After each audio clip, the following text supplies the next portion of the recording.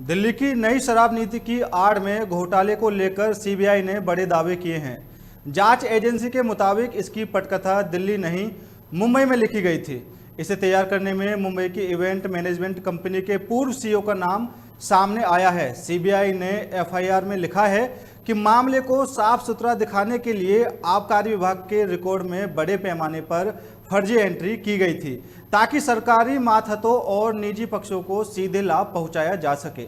लेकिन आज दिल्ली के डिप्टी सीएम मनीष सिसोदिया ने प्रेस कॉन्फ्रेंस कर विवाद में आई शराब नीति को देश की सबसे बेस्ट पॉलिसी बताया। उन्होंने कहा कि जिस शराब नीति को लेकर यह विवाद खड़ा किया जा रहा है, मैं कहना चाहता हूं कि यह देश की सबसे अच्छी पॉलिसी है।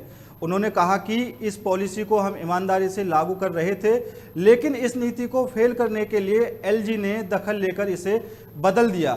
उन्होंने दावा किया कि अगर एलजी ने दिल्ली सरकार का फैसला नहीं बदला होता तो आज हमें हर साल 10,000 करोड़ रुपए का फायदा हो रहा होता। उन्होंने केंद्र सरकार पर आरोप लगाते हुए कहा कि जल्द ही मुझे गिरफ्तार कर लिया जाए, लेकिन हम डरने वाले नहीं हैं। उन्होंने कहा कि सीबीआई को ऊपर से कंट्रोल किया जा रहा है, दिल्ली सरकार के अच्छे काम रोकने की कोशिश की जा रही है। उन्होंने कहा कि हमने कुछ गलत नहीं किया है, इसलिए हम डरने वाले नहीं हैं। वहीं कांग्रेस और बीजेपी ने छापेमारी को सही बताया है और इसी बीच डिप्टी सीएम के खिलाफ कांग्रेस ने मोर्चा खोल दिया है। पार्टी ने सिसोदिया से इस्तीफे की मांग को लेकर प्रदर्शन किया। वहीं कांग्रेस प्रवक्ता समा मोहम्मद ने शनिवार को दिल्ली आबकारी नीति को लागू करने में भ्रष्टाचार के मामले में कथित सलिमता को लेकर मनीष सिसोदिया से इस्तीफे की मांग की। पार्टी ने यह मांग ऐसे समय पर की है जब सीबीआई टीम ने लगभग 15 घंटे तक डिप्टी सीएम के घर छापेमारी की। कांग्रेस नेता अलका लांबा और अभिषेक दत्त का भी कहना है कि मनीष सिसोदिया को अपने पद से इस्तीफा दे देना चाहिए। तो मनीष सिसोदिया की मुश्किलें बढ़ती यहां पर नजर आ रही हैं और आज दिल्ली कांग्रेस ने भी और कांग्रेस अध्यक्ष उन्होंने आज कांग्रेस दफ्तर से लेकर आम आदमी पार्टी के दफ्तर तक प्रदर्शन किया है और मनीष सिसोदिया के इस्तीफे की मांग की है। और सीबीआई की जांच में पाया गया है कि मनीष सिसोदिया के साथ जो ये पूरा प्लान तैयार किया गया था, इसमें और भी कई अधिकारी और सीईओ शामिल हैं।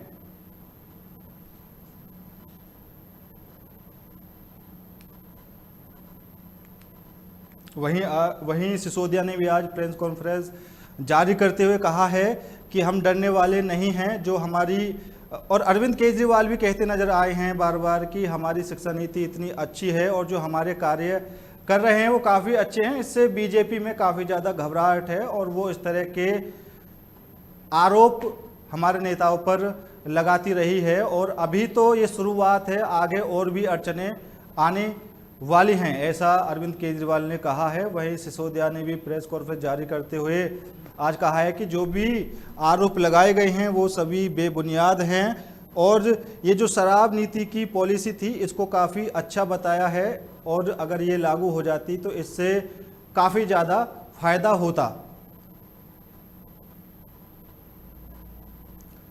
जबकि सिसोदिया को खुद भी ये लग रहा है और उन्होंने आज मीडिया के सामने बोला भी कि मुझे जेल में डालने की कोशिश की जा रही है।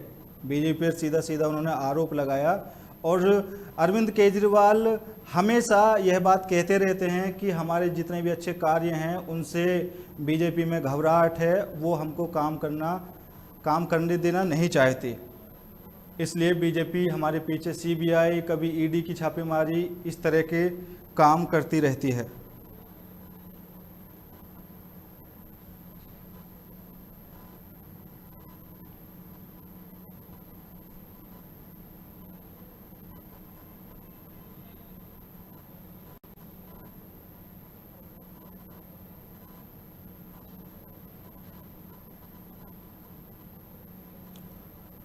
वहीं दिल्ली प्रदेश कांग्रेस अध्यक्ष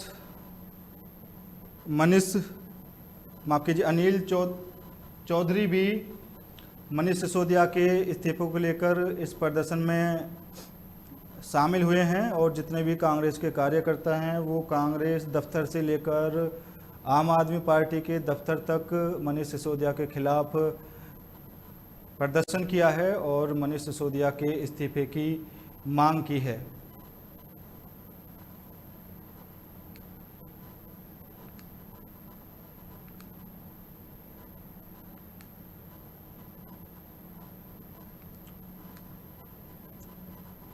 कांग्रेस नेता अलका लामा का भी यही कहना है कि मनीष सिसोदिया को इस्तीफा दे देना चाहिए। हालांकि मनीष सिसोदिया ने आज प्रेस कॉन्फ्रेंस जारी करते हुए कहा है कि अगर यह नीति लागू हो जाती तो इससे सीधा सीधा 10,000 करोड़ का फायदा होता। लेकिन सीबीआई भी बड़े दावे कर रही है और जो जांच एजेंसी के मुताबिक पता चला है, इसकी पटकथा दिल्ली में नहीं बल्कि मुंबई में लिखी गई थी और इसे तैयार करने में मुंबई की इवेंट मैनेजमेंट कंपनी के पूर्व सीईओ का नाम सामने आया है। सीबीआई ने एफआईआर में लिखा है कि मामले को साफ सुथरा दिखाने के लिए आबकारी विभाग के रिकॉर्ड में बड़े पैमाने पर फर्जी एंट्री की गई ताकि सरकारी मातहतों और निजी पक्षों को सीधे लाभ पहुंचाया जा सके। तो यहाँ पर यह भी एक बड़ी बात है, जो आबकारी विभाग का रिकॉर्ड है और उस रिकॉर्ड में सीधे तौर पर फर्जी एंट्री की गई। तो यहाँ से साफ पता चलता है कि जो उनके निजी लोग थे उनको सीधा सीधा फ़ायदा पहुँचाने की कोशिश की जा रही थी।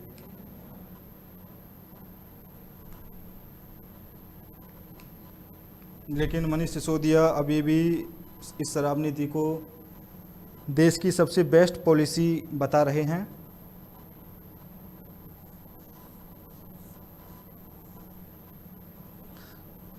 सीबीआई की जांच में घिरते नजर आ रहे हैं मनीष सिसोदिया।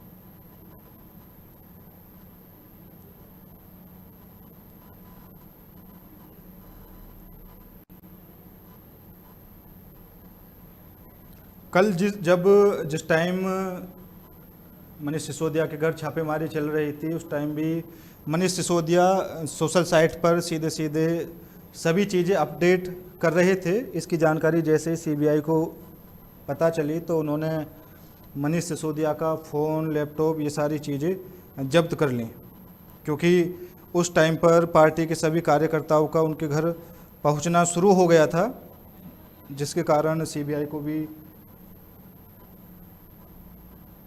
दिक्कत आ सकती थी। इसलिए उन्होंने उनका लैपटॉप और फ़ोन जब्त कर लिया।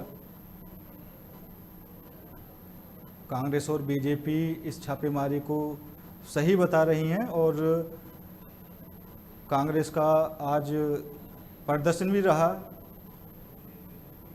मनीष सिसोदिया के इस्तीफे को लेकर कि मनीष सिसोदिया इस्तीफा दें। पार्टी ने यह मांग ऐसे समय पर की है जब सीबीआई टीम ने लगभग 15 घंटे तक बात हो रही थी मनीष सिसोदिया पर जो सीबीआई जांच चल रही है उसको लेकर। करीब 15 घंटे की इस जांच में सीबीआई ने कई अहम चीज़ें खोज निकाली हैं और इसी मुद्दे पर चर्चा करने के लिए हमारे साथ कांग्रेस से दीपचंद राठौर जी, भारतीय जनता पार्टी से कैप्टन आई सिंह भदौरिया और आम आदमी पार्टी से इमरान जी जुड़ चुके हैं। तीनों ही मेहमानों का बहुत बहुत स्वागत है। सबसे पहले कैप्टन साहब आपके पास आना चाहूँगा। अभी भी मनीष सिसोदिया जी यही कहते नजर आ रहे हैं कि मुझे फंसाया जा रहा है और बीजेपी कितनी भी कोशिश कर ले वो सफल नहीं होने वाली। और उन्होंने यह भी कहा कि ये जो शराब नीति थी अगर यह लागू हो जाती तो इससे काफ़ी ज़्यादा पूरे देश को फ़ायदा होता। उन्होंने इस पॉलिसी को सबसे बेस्ट पॉलिसी बताया है। कैप्टन साहब।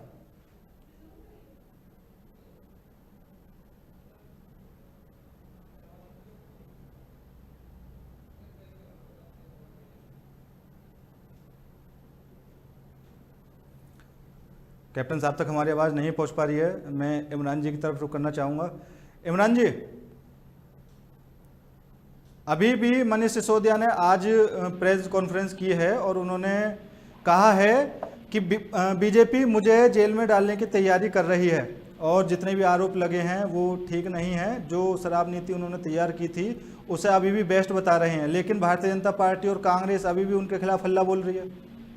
इमरान जी, देखिए यहाँ पर बीजेपी क्या कर रही है जग जाहिर है। मैं आपको बता दूं कि सीबीआई रेड या ईडी की जो भी छापा हुई है अभी तक, इसके पहले जी अरविंद केजरीवाल जी के घर पे छापा हुआ, दफ्तर पे छापा हुआ, मनीष सिसोदिया जी के दफ्तर पे छापा हो चुका है। क्या मिला? अगर मैं भाजपा के बंधुओं से पूछूं कि अभी तक जो छापा हुआ है कार्रवाई हुई उसमें मिला क्या, उसका जवाब कौन देगा? दरअसल मामला ये नहीं है, इनको घोटाले से, इनको चोरी से कोई मतलब ही नहीं है। इनका जो डर है, खौफ है, वो है दिल्ली में हमारी सरकार बनने के बाद पंजाब में सरकार बनती है और पंजाब के बाद गुजरात में हम बहुत धुआंधार पार्टी का प्रचार कर रहे हैं, अपने संगठन का निर्माण कर रहे हैं। तो अरविंद केजरीवाल जी का जो मॉडल है, उसकी जो लोकप्रियता है, उससे डरे हुए हैं मोदी जी और मोदी जी की पार्टी। तो इसी तरह के आम आदमी पार्टी के 40 विधायकों के खिलाफ इन्होंने कार्रवाई किया, जेल में भेज दिया, फिर माननीय न्यायालय ने उनको बरी किया और दिल्ली पुलिस की फटकार भी लगी, डांट भी सहना पड़ा इन सबको। कहने का तात्पर्य है कि आम आदमी पार्टी के जितने भी नेता के खिलाफ, अभी हमारे स्वास्थ्य मंत्री को अपने जेल में डाल दिया है। मनीष सर तो कह रहे हैं ना कि मैं सीबीआई का सहयोग कर रहा हूँ, पूरा परिवार सहयोग कर रहा है, और सीबीआई वालों ने बड़े अच्छे से पेश आए।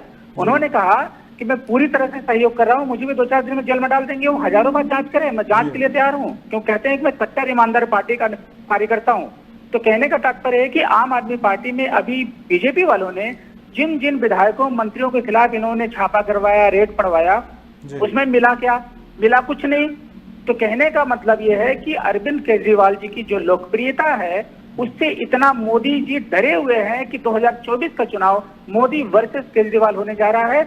मैं आपको बता दूं, जिस शराब की नीति की बात कर रहे हैं ना जी, शराब की नीति के बाद अगर ये करते, अगर घोटाले की बात करते, तो इनकी ईडी, इनकी सीबीआई गुजरात में जाती। गुजरात में 10,000 करोड़ रुपए की एक्साइज चोरी होती है। कौन सा इन्होंने कभी रेड पड़वाया? ईडी की जांच, ईडी और सीबीआई वालों को वहां भेजो ना। दरअसल क्या है कि इनको, ये कहते हैं ना कि हमारी पार्टी में जितने लोग आ जाते हैं वो राजा हरिश्चंद्र बन जाते हैं। मुकुल राय शारदा घोटाला में फंसे हुए थे, जब इनकी पार्टी में आ गए तो राजा हरिश्चंद्र बन गए।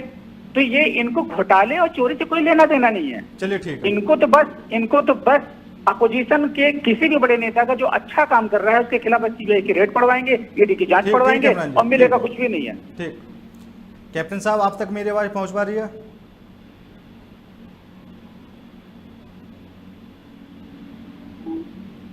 शायद कैप्टन साहब तक अभी भी संपर्क नहीं हो पा रहा है।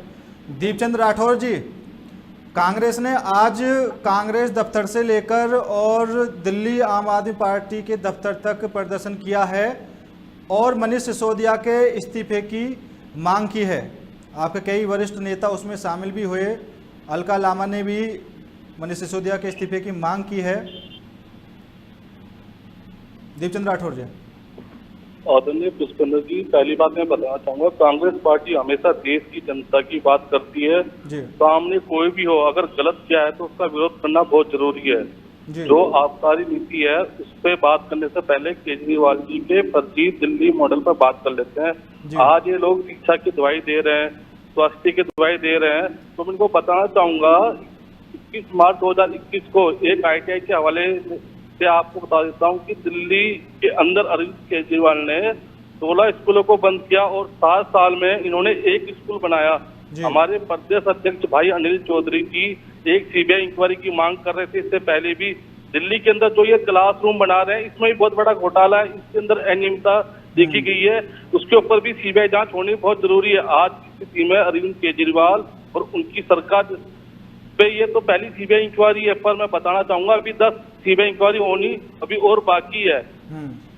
जब ये बात करते थे कि हम मुफ्त में बिजली और मुफ्त में पानी दे रहे हैं, तो इसी साल इकोनॉमी सर्वे ऑफ दिल्ली ने बताया कि दिल्ली जल बोर्ड के ऊपर 54,000 करोड़ रुपए और बिजली कंपनी का 80,000 करोड़ का बकाया है। मैं आपको पूरी जिम्मेदारी से बताना चाहता हूँ कि जो आपका नीति के अंदर 10,000 करोड़ रुपए का घोटाला हुआ है, आपने आजाद भारत के अंदर कभी सुना है किसी टेंडर के अंदर जो टेंडर एग्जीक्यूटिव हो गया हो उसकी टेंडर की वापस कर दी गई।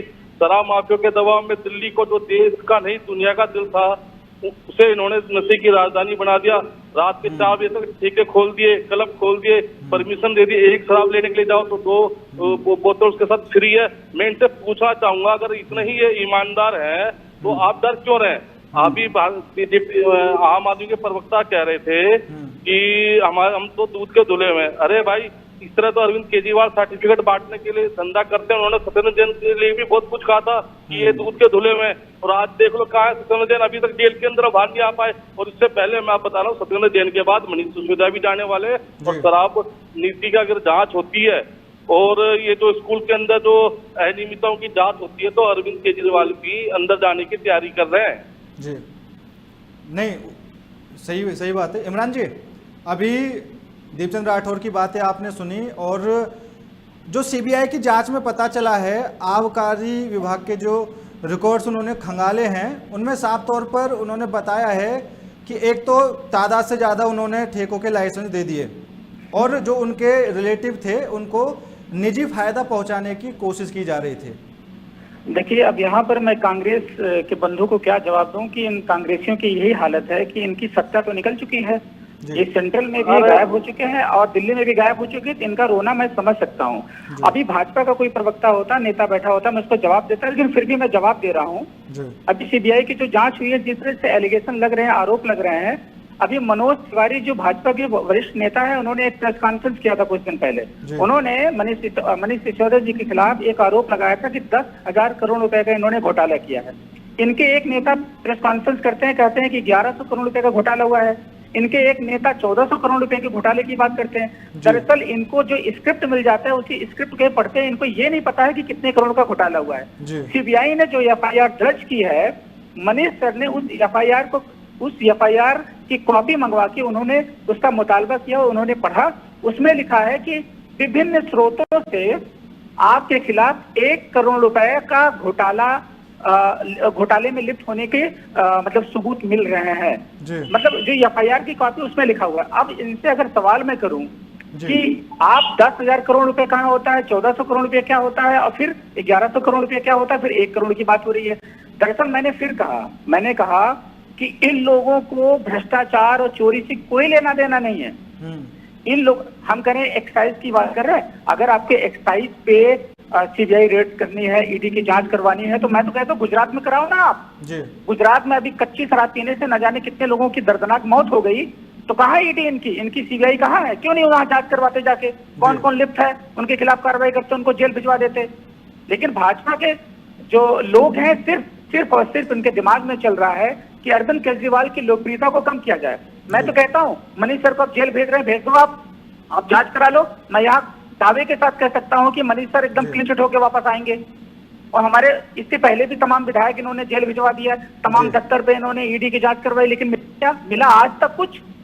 मैं कांग्रेस के प्रवक्ता से पूछना चाहता हूँ, आप ही बता दीजिए कि भाजपाइयों ने जो रेड करवाई थी उसमें क्या उनके खिलाफ, आम आदमी पार्टी के नेताओं के खिलाफ कुछ मिला? अगर मिला तो सामने रखिए और सामने रख के उनको जेल भिजवाइए, लेकिन मिला कुछ नहीं। तो दरअसल क्या है कि मैं एक अंतिम बात यहाँ पर बता के आपके कांग्रेस के जो मेरे बंधु हैं उनकी बात काटना चाहूंगा।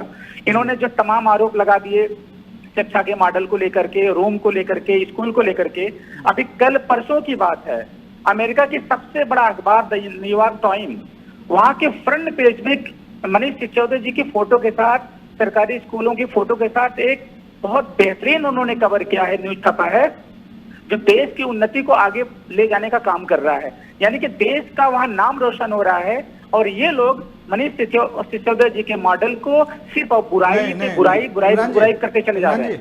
वैसे मैं इस बात पर आना नहीं चाहता था, अब आपने ये बात स्टार्ट की है तो मैं पूछ लेता हूँ। वो जो द न्यूयॉर्क टाइम्स के पेपर में ये सब छपा है, उन लोगों की टीम यहाँ पर कवरेज करने आई थी? देखिए, मैं आपको बता दूं कि न्यूयॉर्क टाइम्स की जो खबर छपी हुई है, सब पैसे न्यूयॉर्क टाइम्स ने उसके नीचे सौजन्य से लिखा हुआ काम है। ये प्रश्न आप मुझसे पूछ रहे हैं? इमरान जी बोलिए। जी, मैं ये कह रहा हूँ कि न्यूयॉर्क टाइम्स की जो खबर छपी है, मैं आपको बता दूं मोदी जी के कार्यकाल में अभी कोविड में लाखों मतलब लाशें इसे दफना दी गई है, फेंक दी गई, उनको मतलब चिता में जलाने के लिए लकड़ी की व्यवस्था नहीं हो पाई। न्यूयॉर्क टाइम्स ने उसको भी कवर किया था। तो क्या आप उनसे प्रश्न पूछ सकते हैं कि क्या वो कवर करने के लिए आए थे? दरअसल ये कवर करने न करने कोई भी बहुत महत्वपूर्ण जो समाचार होता है, या आपका चैनल ही सही, अगर आप अपने चैनल अगर आप अपने चैनल से कुछ दिखाएंगे तो रिपोर्टर आएगा, पत्रकार आएगा। मैंने भी सवाल सही किया है, तो मैं यही जानना चाह रहा हूँ कि उनकी टीम कवर करने आई थी या एक तरह से वहां पर विज्ञापन दिया गया? नहीं, विज्ञापन अगर देना होता तो मोदी जी से ज्यादा पैसा किसी के पास नहीं है, भारतीय जनता पार्टी वालों से ज्यादा पैसा किसी के पास नहीं है, तो अपना फेक न्यूज छपवा लिए होते अपने फेवर में। जब वो कोरोना काल की, कोविड काल की मैं बात कर रहा हूँ, मैं ये कर रहा हूँ कि अभी एक इनके कपिल मिश्रा है, नेताजी हैं, इतने झूठे इंसान। मैं आपको बता रहा हूँ कि बीजेपी वाले उनको 50 कैसे, मुझे समझ में नहीं। उन्होंने एक ट्वीट किया था, ट्वीट में लिखा था कि वो जो तस्वीर छपी हुई है वो फेक है, जबकि इंडिया टुडे बहुत वरिष्ठ पत्रिका है, बहुत बड़े स्तर की पत्रिका है। उन्होंने फैक्ट के माध्यम से उनके इस बात का खंडन कर दिया है। जो तस्वीर छपी है वो सरकारी स्कूल की तस्वीर है, और शिक्षा का जो मॉडल है, जो उन्होंने एक बेहतरीन खबर के रूप में प्रस्तुत किया है, वो हम सबको गर्व होना चाहिए, भारत को गर्व होना चाहिए। अब इसमें हम राजनीति करेंगे और सिर्फ मनीष सर और केजरीवाल जी के खिलाफ हम काम करेंगे। बहुत बड़ी बात है कि द न्यूयॉर्क टाइम्स ने पहले पृष्ठ पर इस खबर को छापा है। दीपचंद राठौर जी, आप जवाब दीजिए। आदरणीय पुष्पेंद्र जी, मैं भी जिस तरह आम आदमी पार्टी के प्रवक्ता कहते हैं, इनको तो सावन के अंधे को सब कुछ हरा ही हरा दिखेगा, क्योंकि इनका जो विज्ञापन है वो विज्ञापन देख के न्यूयॉर्क टाइम्स में इन्होंने न्यूज छपवाई है। मैं इनसे पूछना चाहूंगा, मैं नहीं कह रहा, ये आरटीआई की रिपोर्ट कह रही है कि दिल्ली सरकार ने 19 अक्टूबर 2015 को एक बैठक के दौरान 28 करोड़ 95 लाख में 201 कमरे बनाने का निर्णय लिया था, यानी कि एक कमरे 14 लाख प्रति कमरे का बजट रखा। ये कमरा जून 2016 तक बनकर तैयार हो जाने थे, लेकिन आज तक पूरे नहीं हुए। 2019 को फिर एक बैठक और रखते हैं ये लोग, 28 करोड़ 95 लाख रुपए का बजट बढ़ाकर इन्होंने 54 करोड़ रुपए कर दिया, यानी कि एक कमरे की लागत 27 लाख रुपए तक पहुंच गई। तो भाई इसकी जांच होनी चाहिए कि नहीं होनी चाहिए? और 7 साल में आपने एक स्कूल बनाया, ये तो आपका डाटा है ना, सरकारी डाटा है ये मेरा डाटा नहीं बता रहा मैं आपको। और अगर आप इतना ही दूध के धुले हैं मेरे भाई, तो अगर एक्साइज पॉलिसी सही थी तो इंक्वायरी ऑर्डर आने के बाद इसको तुरंत क्यों बदला गया? जो एक्साइज पॉलिसी से पैसा उठा गया उस पैसे का क्या हुआ? क्यों सरकार को नुकसान हुआ? कुछ प्राइवेट कंपनी को फायदा पहुंचाने का काम हुआ? रिश्वत और लीक किसके लिए ली? इन सबकी जांच होनी पुष्पेंद्र जी बहुत जरूरी है। मनीष सिसोदिया भी सत्येंद्र जैन की तरह जेल जाएंगे, और अरविंद केजरीवाल की सरकार की ये कटु सच्चाई है। आज पूरे दिल्ली को उन्होंने नशा मुक्ति का नारा दे रहे थे, आज केजरीवाल ने नई शराब नीति के माध्यम से और भ्रष्टाचार करके पूरी दिल्ली को नशे की राजधानी बना दिया। पहले 250 ठेके होते थे, आज 850 ठेके देख लीजिए आप। पहले युवा की उम्र 25 साल होती थी, इन्होंने घटा के उनको 21 कर दी। पहले ड्राई डे 17 से 18 होते थे, इन्होंने 3 से 4 डे कर दिए। मतलब कहीं ना कहीं ये शराब माफियाओं के दबाव में काम कर रहे हैं और कुछ नहीं कर रहे। अगर ये दिल्ली का भला चाहते, दिल्ली के युवाओं का भला चाहते, तो दिल्ली के युवाओं को रोजगार देते।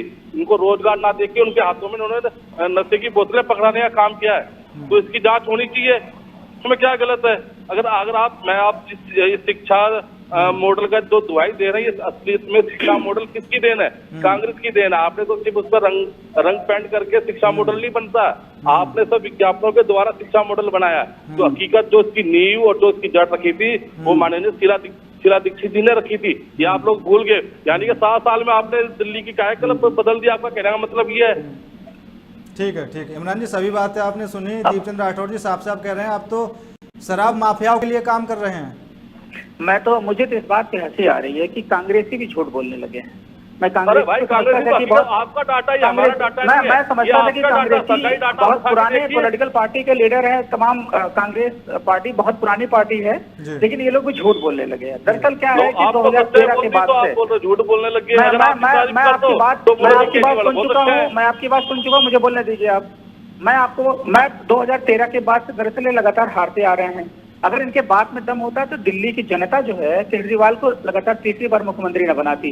और जहां तक ये पेड न्यूज की बात कर रहे हैं, अब बताइए कि पेड न्यूज की बात इंडिया टुडे जैसी पत्रिका फैक्ट चेक के माध्यम से साबित कर दी है कि वो खबर बिल्कुल करेक्ट है।